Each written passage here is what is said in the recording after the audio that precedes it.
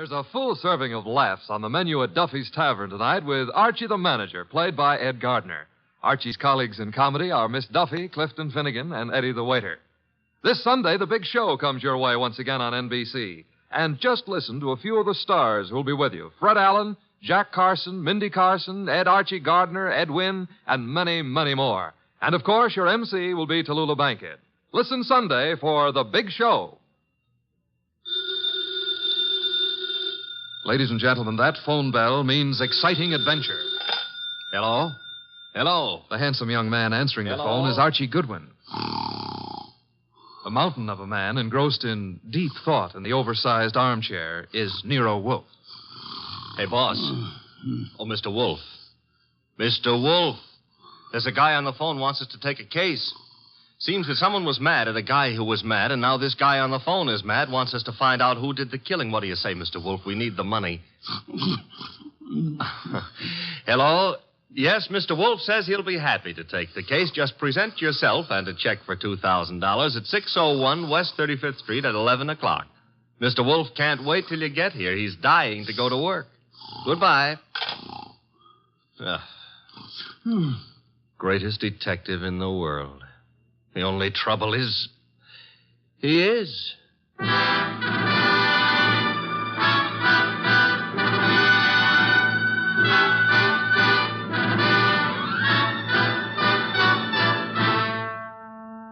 Yes, listeners, Archie is so right. He is the greatest detective in the world, and the fattest, and the least energetic.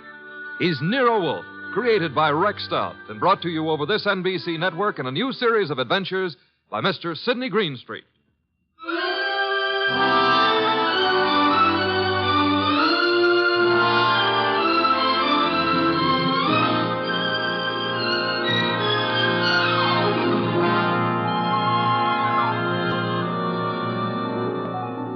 Tonight, it's The Case of the Beautiful Archer. That's a good title. And it was a good case, too. It began in the consulting room of Dr. Raynard Townley of the Townley Sanitarium, skipping a jump north of Nyack, New York, when a very lovely young lovely glared across the desk at the good doctor. Shall we pretend you don't know who I am, Dr. Townley? How could we possibly do that, my dear Diana Lawrence? 23 years old, daughter of one of our better-known sculptors, Michael Lawrence. You were born in Johannesburg, educated in London and Paris, and live at present 100 yards from here in your father's cottage on Berry Hill Lane. How's that? It's intended to be staggering, isn't it? You take no cream or sugar in your coffee, were winner of the Women's National Archery Tournament for 1947, and have an exceedingly high temper. Let's stop the nonsense. You have an inpatient here named Willard Garth. Well, Willard Garth happens to be my fiancé. Yes, he has mentioned the fact during his analysis. And, well, has he by any chance mentioned his reasons for suddenly refusing to see me during the past 5 weeks? He didn't have to, Miss Lawrence. Well, what do you mean? I mean that I recommended he give you up as a bad job. What? Yeah, well, I suppose you had some purpose in saying what you did. Of course. I'm the boy's doctor. You think you're in love with Willard Garth, I know, but actually, you're infatuated with the Garth millions. You take a lot on yourself, don't you, Doctor? I consider it important to relieve Willard of all painful external pressure. You've done well for Willard, Dr. Townley, relieving him of me. I think so. Now, let's see you relieve yourself of me. You, purchased the gun for this occasion, Miss Lawrence? Yes. And what exactly do you hope to accomplish with it? A quick and complete reversal of your decision about me. I'm not as easy to handle as Willard is, you see. And if you intend to ruin my life, then I intend to end yours, here and now. The phone is ringing. Let it ring. Just as you say. It's the house phone, Miss Lawrence. It may be Willard, you know. Oh, Willard? Yes, he usually phones me from his room at about this time every day. Oh. Well, all right. Answer it, but be careful what you say. You're in command, it seems. Hello? Oh, why, hello. I thought it would be you, Willard. Look, my boy, Diana Lawrence is here. I've had a talk with her, and I've reconsidered my opinion. Yes, I'm quite serious. If you're at all sensible, you'll see her regularly and plan on a marriage as soon as you're discharged. Yes. Oh, you do? Very well. I'll see if she'll talk to you. Miss Lawrence. Yes? Do you want to speak with him? Give me the phone. Of course. Here you are, and I'll take this gun. There we are. Now, stand away, Miss Lawrence. But Willard's on the phone. Willard's not on the phone. No one was on the phone. The ring came from the push-button bell under my desk here. Oh. Sometimes I find it convenient to interrupt my consultations with a phone call. Oh, you smug, deceitful, self-sufficient... Murder is a vexatious business.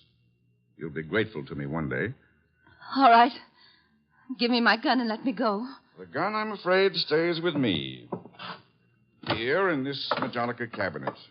I'd scarcely feel justified in trusting you with it. And now, with your permission, or without it, the interview is ended.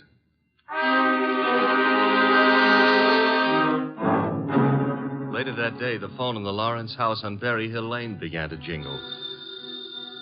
And this time it was no phony.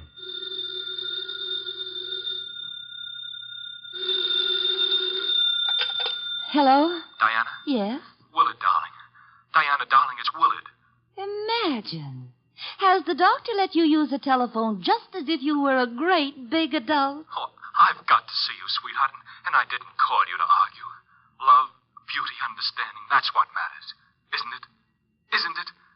Do I hear the overtones of a change of heart? Oh, Diana, what's happened wasn't my fault. He poisoned me against you. Then why don't you walk out of that amateur nut house and stand up like a man? I probably shall, Diana. And now, please listen to me. He's letting me have the limousine tonight from 8 until 12. I want us to go for a ride and talk until everything is clear. Clear as a bell, my baby. Don't tell me he's trusting you to drive. Oh, no. No, one of the handymen here will chauffeur us. Oh, say you'll come, Diana. Will you? Say it. Say yes. Say you will. Well, yes, Willard. I'll be glad to. Oh, 8 o'clock, then? 8. Oh, bless you. Bless you, my angel.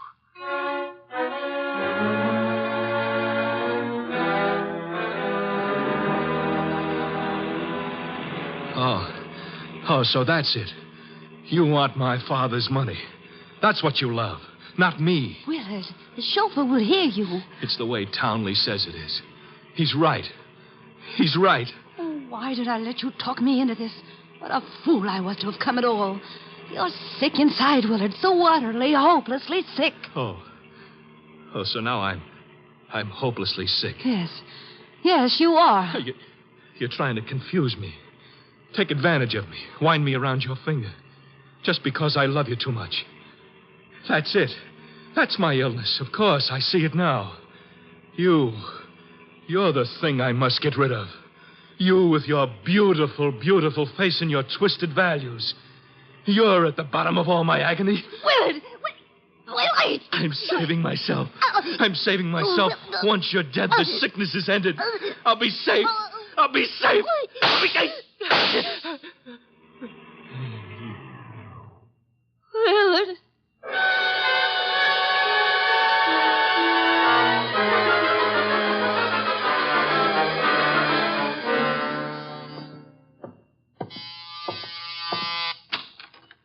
Dr. Townley? Yes. Come in. Mr. Wolf's been expecting you. Come in, Dr. Townley. Come in. Have a chair. Thank you, Mr. Wolf. I'm so happy you've agreed to take this case. Have a glass of beer. Oh, no. Never at this time of morning, thank you. Well, Doctor, the newspapers check with what you told me. The girl and young Garth went out for a ride in your limousine last night. The car was driven by one of your handymen. That's right. Haynes, his name is. And they never came back. Young Garth was found dead in the car with 2 bullets in him. The girl was gone, and also Haynes, the handyman chauffeur, huh? Correct, sir. Have you any idea where he could be? No, sir. And the young lady, tell me about her. She's Diana Lawrence, daughter of Michael Lawrence. The sculptor? The sculptor. She lives with him in a small cottage near my sanatorium on Berry Hill Lane. An extremely aggressive and self-centered female with more than a slight flair for violence. Your description might easily lead me to suspect her of this murder, sir. Well, I'm aware of that. And I don't think you'll be far off the mark.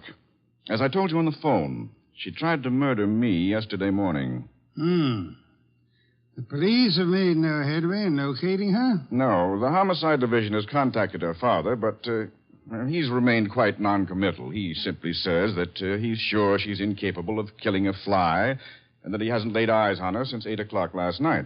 Highly suspicious behavior. She was unquestionably in the car with young Garth when he was murdered. She wasn't alone in the car with him. You're referring to Haynes? Yes, but he can't be found either, remember? It appears that he failed to list his address on his job application. But somehow, Mr. Wolf, I'm quite sure he'll show up this afternoon. Somehow, Dr. Townley, if I were you, I wouldn't be quite so sure. We must begin by facing the initial problem of locating our suspects. Archie? Yes, sir? Get out the car and drive up to the house on Berry Hill Lane. And then? There you will ask Mr. Michael Lawrence to be sensible enough to cooperate with us in finding his daughter. And if the answer is no? I recommend, Archie, that you flatly refuse to take it.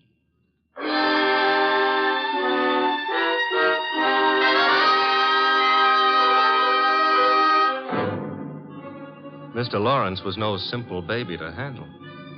He was in a studio when I walked in, chiseling on a statue of a boy and a girl, both wearing less clothes than the law allows. And before I got a chance to state my name, he commenced giving me a free lecture on the marble work of art. She's good.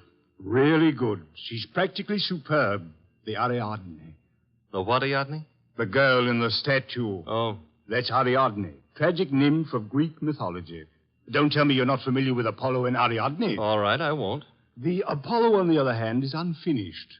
The face, you see, it lacks something. The passion of yearning, Olympian desire. And yet, you know, the two figures have motion. Like your daughter? Eh? Your daughter, Diana, she's got motion also. As I hear it, she's been in motion ever since she murdered Willard Garth last night in the back end of a limousine. So you're another flatfoot. Not exactly. I'm paid in private by Nero Wolfe. Nero Wolfe? Yeah. You don't mean that a creditable man like Wolfe thinks Diana killed young Garth? Well, he'd like to talk over the possibility with her. How laughable. Look at that face. Is there anything of the murderess in a face like that? In a face like what? Oh, I'm sorry. Diana posed for the Ariadne, you see, and the likeness is exact. Do you think a girl of this type, classic, sensitive, civilized, could descend to the clumsy, brute level of murder?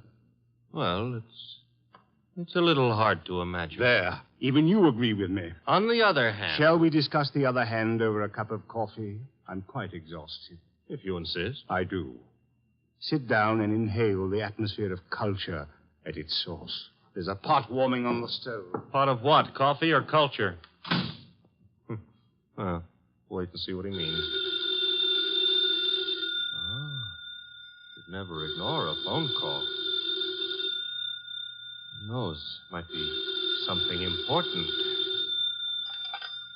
Yes? This is Diana, Father. Oh, yes, Diana. It's all over the papers.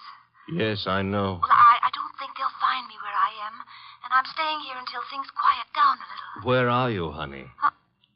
What did you say? I said, where are you? You said honey. Daddy, you never call me honey. I know it's because I'm excited. Where are you, sweetheart? Well, you mustn't let anybody find out. Not a soul in the world. Where are you? Well, you know where Tyne Pike turns off to the left beyond Bartsville? Yes? Well, I'm... Call me later, Angel. But, Father...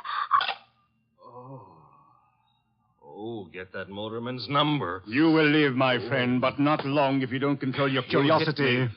With that mallet you hit me. What was the big idea? Do you really have to ask that question? Weren't you trying to trick my daughter into disclosing her whereabouts? The police are pretty interested in her whereabouts. Then let them find her. But you can't be surprised, my friend, if I choose to protect Diana's interests.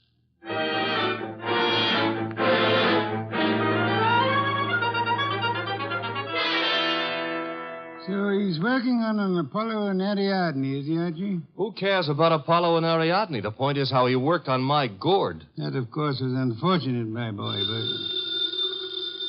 You get that piece? Mm-hmm. Hello? Inspector Kramer. Hold it. For you. Here. Thanks. Yes? Wolf, How are you, Inspector? I hear you're in on the Garth killing. Not very deeply, I am afraid. We're still trying to locate the Lawrence girl. Well, you can forget about that. Yeah? Yes, we We've already located her and released her on a habeas corpus.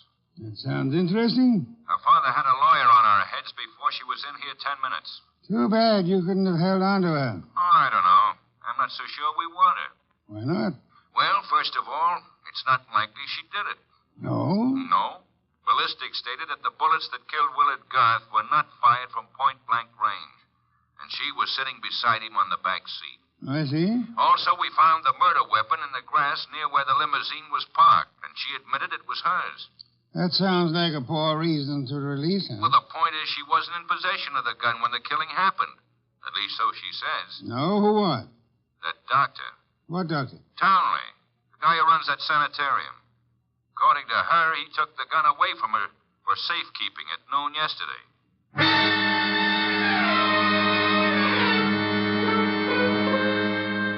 There was a little more talk between them, something about fresh cigar ashes that were found in the dashboard ashtray of the limousine. After that, the boss hung up and exerted himself enough to put a call through to the Townley Sanatorium. I'm afraid the doctor is very busy just now. So am I, and my business happens to be highly important. Well, I'll say you called, Mr. Wolf, and I'll ask him to contact you just as soon as he has a free moment. Do you happen to have a free moment, miss? Why, well, yes, sir. Could you spend it by telling me if that handyman, Mr. Haynes, is being located? Why, yes, as a matter of fact, he has. One of the staff just found out where he lives, Mr. Wolf. Well? He has a little cottage at 206 Dockside Road. That's out near Sheepshead Bay. Thank you. Archie. I'm going someplace, I suppose? You are? You're going to Sheepshead Bay.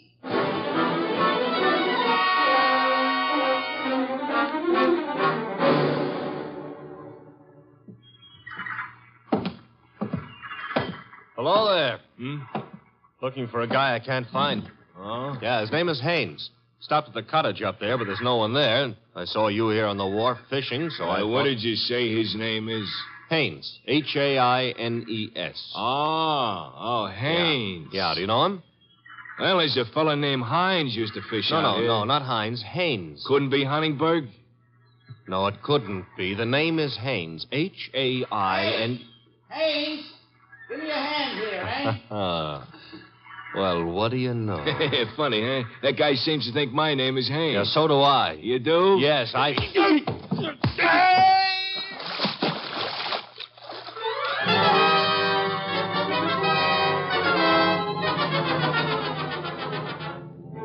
I got back to our house soaked to the skin and minus Haynes, and just in time to see the boss in the exhausting process of walking across the room to answer the phone. Hello? This is Dr. Townley. You called me. So I did. About the murder? More specifically, about the statement from Diana Lawrence that you removed a firearm from her possession yesterday morning. That's quite correct. It's here in my Majolica cabinet. Is it? Of course it is. I suggest you check. Just a moment. Mr. Wolf. Yeah? I'd like to see you at once. The gun, I suppose, has vanished. What? How did you know? Because it is at ballistics, Doctor. It turned out to be the gun that killed Willard Garth. I see. Do you? Yes. I understand everything now. It's all so crystal clear. Just how crystal clear? I'm quite certain, Mr. Wolf, that I can put my finger on the killer.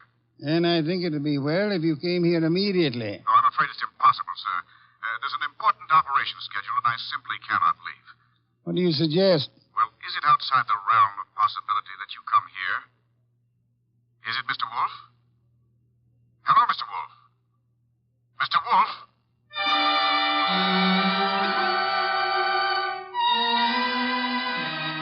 When my boss has to leave the house, it's a major tragedy. Sometimes he rages, sometimes he curses the whole detective business, lock, stock, and barrel. And sometimes he keeps very quiet and grips the side of the car desperately and tries not to inhale any fresh air. This was one of the quiet times.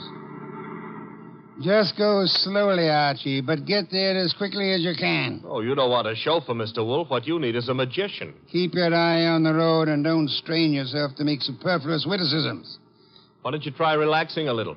I hear there hasn't been a man-eating tiger sighted on the Sawmill River Parkway in the last 500 years. Your liberty is out of order. Don't try to make light of a deplorable situation.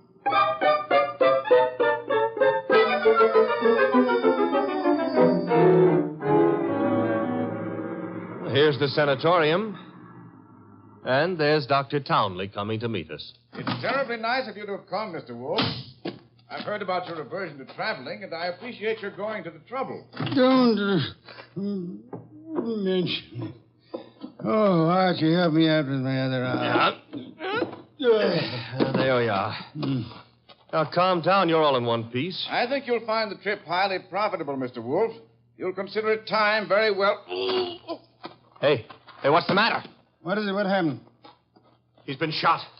It's hardly likely. There wasn't a sound. This kind of shot doesn't make a sound, boss. What do you mean? Better take a look for yourself. There's an arrow in his back, and he's dead.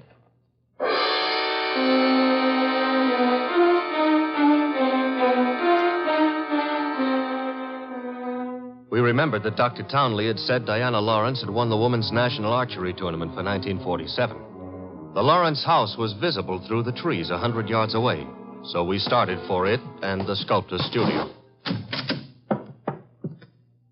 There's no one around. So this is his latest effort, Apollo and Ariadne. Yeah. Done a little work on it since I was here. The Apollo's face is more finished and... Hey, boss. Yes? You know, somehow or other, Apollo looks a little familiar. I wouldn't be surprised, Archie. I think if you examine it closely... Mr. Wolf. Our host. You remember me, don't you? I met you once at a dinner party at your house, the time they opened the new museum on 67th Street. Of course, Mr. Lawrence. And to what do I owe the honor? It's not much of an honor. Dr. Townley has been murdered. No. I am afraid Mr. Goodwin is being accurate. He's been murdered with a bow and arrow. And what does that mean to you, Mr. Lawrence? I'm sorry. I've been a fool. An awful fool. You can't blame yourself too much. If you'd cooperated with the police instead of looking out for your daughter's interest, the man would still be alive. But I assure you that... Where's the girl? She should be here now. She phoned me a while ago and said she was coming by for passage money to Rio. You were looking for me? Boss, Diana. Put the gun down, Angel. And tie a rope around my neck? Might I inquire if your plan is to kill us all, Miss Lawrence? Oh, what would yours be if the world was after you for something you didn't do? Wouldn't you be willing to risk persuading a jury of that? Thanks, no. I'll skip that chance. Father, get me the money. Diana, sweetheart, don't make me a part of your murders. That's asking too much of love. Don't you know I'm not guilty? No, Diana, I don't. Leave that gun away, Diana. Haynes. Looks like I walked in on the nose. That's him, boss, the guy who soused me. Take a little of your own advice. Relax, Archie. What do you want here, Mr. Haynes? I want to give up and try to straighten out this little deal. Mr. Lawrence. Yes? Here's your money back. You got a right to call me a welcher. I promised I wouldn't give evidence against the girl, and you paid my price. But enough is enough, and right here and now I'm unloading. Just what does this mean? It means I saw her do it. Oh, you stupid, lying, rotten... Oh, yeah. Grab her, Archie. Grab her. Get the pair of them out of here.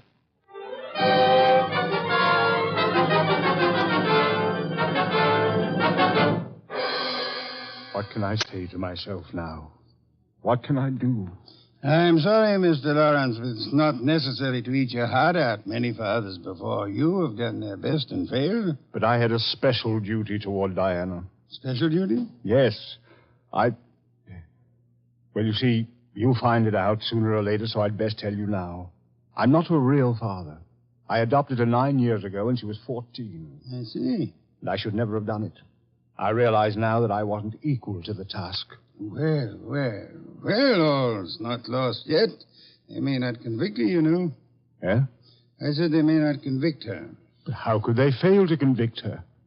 She killed Garth, didn't she? Did she? She shot him?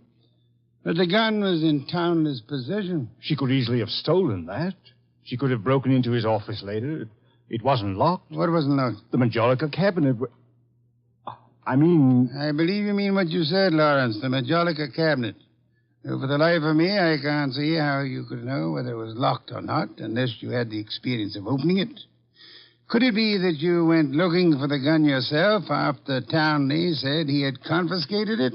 That you killed Townley with a bow and arrow, which you handled as well as your daughter, because he was just on the point of telling me that you knew where the gun was, and that you were the likeliest murder suspect? You must be mad. Oh, sir, not I. But you are mad and more than a little. You hated Willard Garth. It was you who were making the marriage impossible. You load them, and in the end, you kill him. How could I have killed him? I'll tell you a little secret, Mr. Lawrence. The police found cigar ash in the dashboard tray of the death car. Chemical analysis showed that the ash was from an El Adoro cigar. What have you got in your left hand, sir? In my... an El Adoro cigar. And in my right hand, a Derringer. Powerful and admirable little weapon, Lawrence. I suggest you show proper respect for it by dropping all this here and now. You don't wish to hear me say the rest, that you were horribly in love with Diana, your own adopted daughter? In love and hopelessly, eternally frustrated? You begrudge me the triumph of accusing you of having bribed Haynes to let you take his place at the driver's seat of the limousine? And further bribed and threatened him into putting on his show of merry pranks and false confessions to confuse us all beyond measure? You said I loved Diana. Would I do all this to her if I did? Oh, but of course, such love as yours is really hate. You were content to see her dead rather than relinquish her. Like all miserly, small-hearted men, you would rather kill the thing you love than muster the generosity necessary to seeing it attain happiness. That's enough out of you. I should think it was much too much. It is.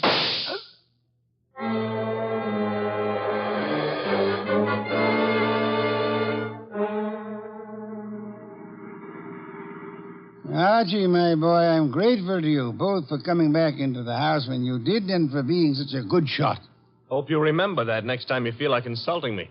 Tell me, what's with that cigar ash routine? Who told you the ashes in the limousine were from an El Adoro, boss? I never heard anything about that. As a matter of fact, neither did I. No one could possibly have determined the brand by any chemical means in existence. I knew that, you see, and I took the long chance that Lawrence didn't. Oh. But I still don't get the mainspring of the deal. How did you know he was in love with Diana? That was genius. I have to admit it. You see, it all hinged on the statue of Apollo and Ariadne. According to the Greek myth, Apollo fell deeply in love with the nymph, but because they were of different worlds, he was condemned to pursue her always and never to catch her. Well, what's that got to do with the price of eggs? Isn't it perfectly obvious? Didn't he tell you that Diana had posed for the Ariadne? Yeah, but I still don't... And you yourself remarked on the fact that the finished Apollo looked somehow familiar, didn't you, Archie? Yeah, I did, boss. Don't you know why that was? You mean that... I mean that Michael Lawrence unconsciously revealed the true state of his heart. He didn't intend to, I suppose. But precisely and accurately, he chiseled the features of the tortured god in his very own image. Oh. And speaking of torture, Archie. Yeah? Will we be home in time for dinner? Oh, boss, you can't be that hungry. Oh, I am. Good heavens, Archie. Do you realize that I haven't eaten since lunch?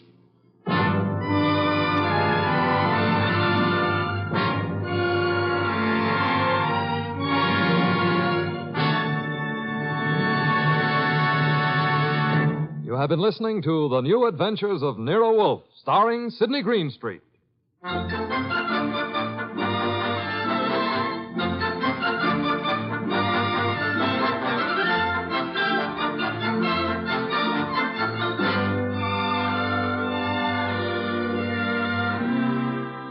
Tonight's transcribed story by Peter Berry was based on the characters created by Rex Stout.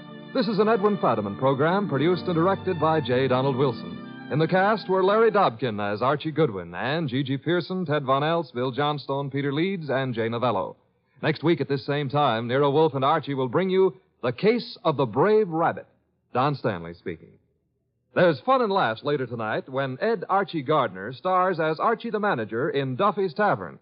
As usual, Duffy won't be there, but Archie will be there, armed with his own whimsical version of the English language.